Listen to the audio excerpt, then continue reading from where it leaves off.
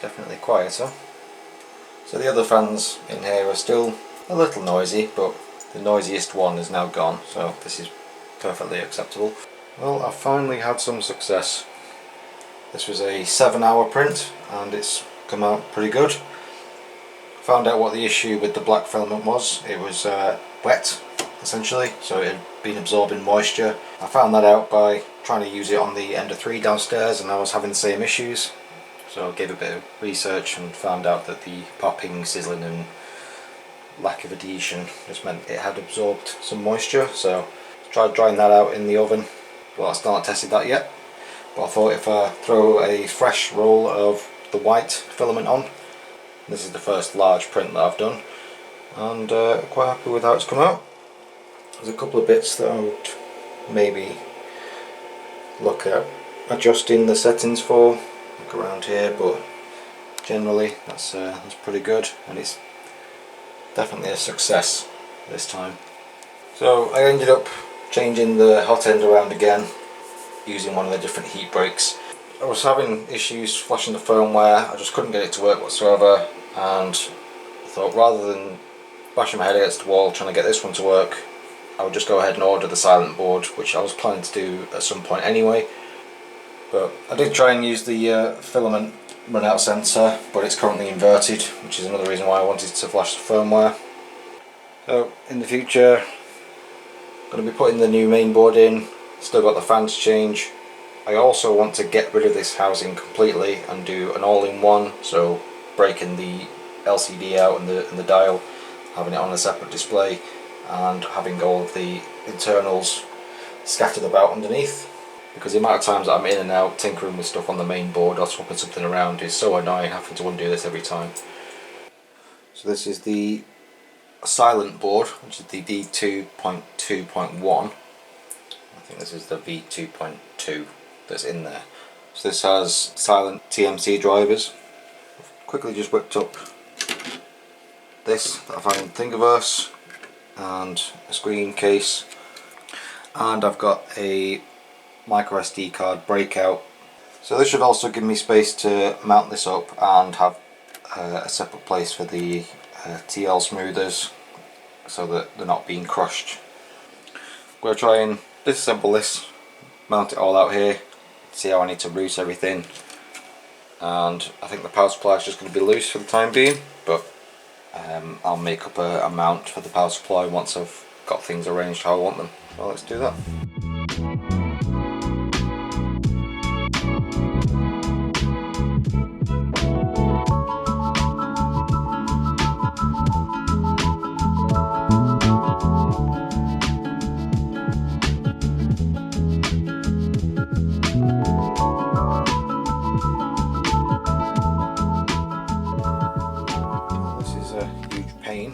Trying to remember where all of the wires go is troublesome, so I did have some pictures and some video for reference, but even so it was a bit of a rat's nest, so it's quite hard to see what wires were going where. So I'm just piecing it together one by one, just trying to remember where everything goes, making sure I've got everything lined up. I'll do what I can to double check it before booting it up.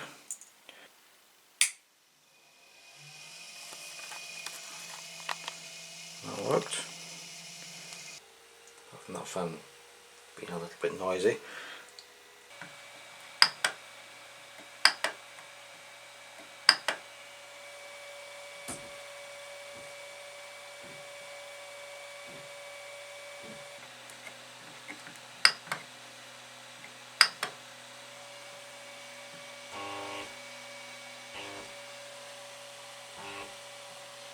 Okay, some weird noises, but that might just be because of how all the wires are set. So now I need to reconnect the LEDs back on there and figure out a layout for this underneath and mount this somewhere. So this might take me a while to get sussed out, but now that I know it's all plugged in and working, I'll start trying to get some actual decent prints done. It's a little bit too big to put under there at the minute, because otherwise it'll get in the way of trying to use the leveling knobs and anything else I've got going under there. So I'm going to wait until I get the squash balls to put under these feet. I should raise it up just a little bit, and then I can figure out how I want to place this under there, and then print a cover to go over the top. So the next thing I'm going to be making for this is brackets for the power plug and the switch, even though I don't really use those very much because I'm managing the power on and off with the smart plug. I also need to make some extended wires for the actual main board from the power supply, because these are kind of stretched over here. So once I've got it underneath, I can figure out how I want to have things laid out and then make the wires the right length. Well, it's definitely quieter in some ways. Y-axis makes quite a hum though, so maybe once this is not resonating on this bass, that'll be nice and quiet. Yeah, the filament sensor is still inverted, so I'm going to have to flash the firmware and swap that around.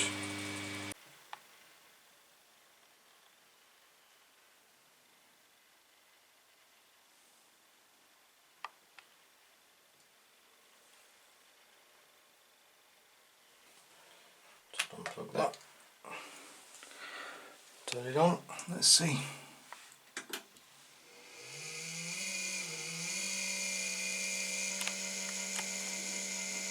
There we go.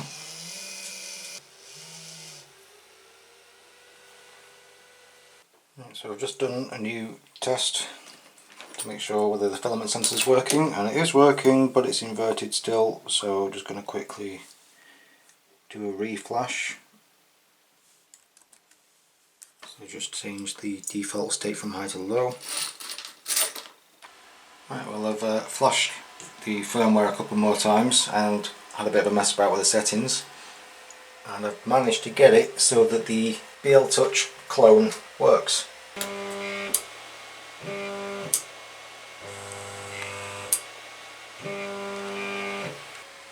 Okay, well, I've taken the smoothers out to see whether that made an impact on the noise, and that certainly has. That is wonderfully silent now.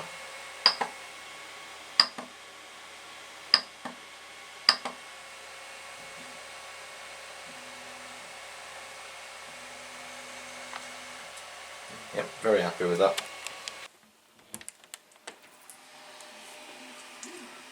So I think I finally got it. So to recap all the jobs that I've done, started with completely rebuilding and fixing the hot end thermistor issues, put the BL Touch in, dual gear extruder, new fans, heat sink, direct drive obviously, run out sensor, disassembled the module box and spread that out underneath, made a screen bracket. Might make it again because it's not quite sitting in there perfectly flush, but it's holding it, and I've been using it for about a week now and it's holding up absolutely fine. So I've got the circuitry under there. I just made a little lid to go over the top to make sure that none of the wires came up and were getting caught on the wheels. Got the bed temperature taped down here and an SD card breakout so I don't have to mess around under there. See the wire here.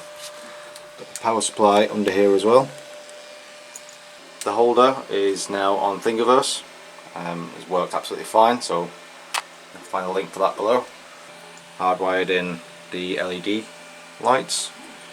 Swapped the plug for the heated bed to a proper plug. Got the smart plug to manage the printer power. Stuck this new power outlet system on the wall. Soundproofing the new feet with the squash balls. Made the arm to keep the loom off the bed, which I might revisit and make it a bit longer to hold it up about there. Fixed the limit switch and made a new plate whilst I was there.